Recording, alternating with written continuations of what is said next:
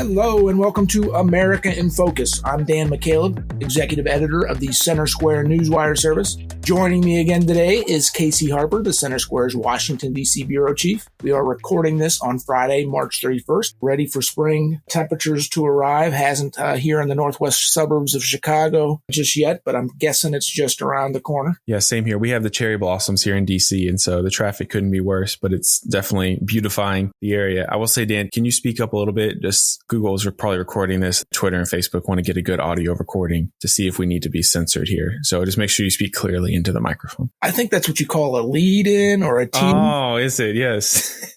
Of course, we're talking about government-supported censorship, which was discussed at a congressional hearing this week that you covered, Casey. Of course, we know since Elon Musk, for example, took ownership of Twitter and released the Twitter files, that there has been, under the Biden administration, there has been ongoing communications between the administration and social media outlets like Twitter to have certain speech censored. Tell us what you learned at this hearing this week. Yeah, I mean, so this has kind of been one of those stories that started off as a conspiracy theory and is now an established fact. And the initial criticism that wasn't really able to be validated was that the Biden administration is working with these big tech companies to censor Americans and have their opinions pulled down, especially on controversial issues, most notably election integrity and also COVID-19 and then the vaccine, right? So this actually former White House Press Secretary Jen Psaki in 2021, the summer of 2021, actually admitted that the White House was working with some of these companies to flag posts that they thought weren't great. And so that was kind of controversial at the time, but it was thought to be, okay, well, the political wing of the White House is flagging for social media companies things. It's like, okay, I guess, that's not great. That could violate the First Amendment. But we thought that was where it ended. But the more and more that comes out in the story, kind of the more pervasive that censorship actually was. Because now we know that, for example, the Department of Homeland Security has been working with these tech companies to flag things. They have this whole cyber security group that was working heavily and referencing a lot of Americans' posts that should be taken down. And there were posts that were taken down as a result of that. I believe there were even accounts that were banned, right? It's not just there, though. It's actually the FBI was working with Twitter, for example, on the Hunter Biden story. So, of course, that's probably the most controversial example of, big tech censorship in the last couple of years. Just ahead of the presidential election, this big story breaks about Hunter Biden's laptop and how it could have compromised the president and how there's payments. And now we know a few years later that this Chinese firm, it looks like they paid all this money that went to Biden associates. So that story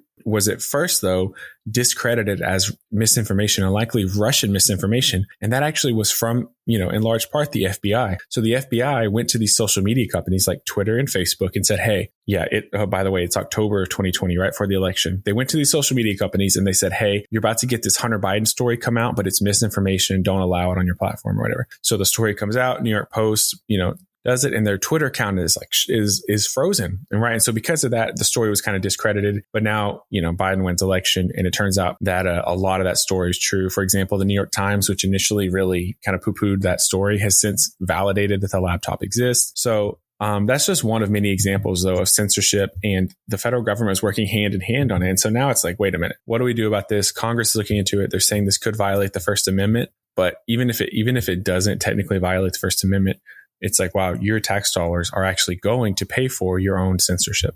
Certainly concerning, and it all does seem to relate to conservative speech or speech of conservatives that's being suppressed or was being suppressed. COVID-19 was another huge topic, a huge thing that government was encouraging social media or persuading social media to take down or suppress speech that the federal government said was disinformation. But as we know, the COVID-19 narrative has developed a long way, and a lot of that stuff that was deemed misinformation in the first place was in fact not misinformation or disinformation. Yeah, that's right. And even, Dr. Anthony Fauci has kind of contradicted himself. And we wrote about that at thecentersquare.com, how he's really changed his tune on how, the vaccine, for example, and how strong it was or how strong it would be. And what this all comes down to is really Americans fearing that the federal government is going to abuse its power. And those fears, were only heightened because Matt Taibbi, who is the journalist who broke a lot of these Twitter files, as you referenced, Elon Musk took over Twitter, and when he did, he just kind of released all of the secrets of the company, which has been really fascinating to see. come out. And Matt Taibbi was the one who really broke that and then testified before Congress about it. But while he was testifying before Congress, the IRS showed up at his home. This is media reports. The IRS showed up at his home for a house call. I don't know if you know, the IRS doesn't normally just do house calls like that. And so people are saying, wow, the level of government intimidation that this could be is really alarming. And oh, by the way, it comes right when we just, gave the IRS $80 billion to hire an army of auditors to increase revenue. So there's a lot of storylines intersecting here. It's hard to imagine that was a coincidence, that the IRS shows up at his house the same day he's testifying before Congress. It certainly seems suspicious. Listeners can keep up with this censorship story and more at thecentersquare.com. For Casey Harper, I'm Dan McCaleb. Please subscribe, and thank you for listening. Freedom and liberty are important to all of us. If you're looking for civil, intellectual conversations with those shaping the future of freedom, try the Future of Freedom podcast with me, Scott Bertram. We speak with leaders across the country in the greater conservative and libertarian movements. In-depth conversations about where the next intellectual battles will happen across the country. It's the Future of Freedom podcast. Find it at americastalking.com or wherever you get your podcasts.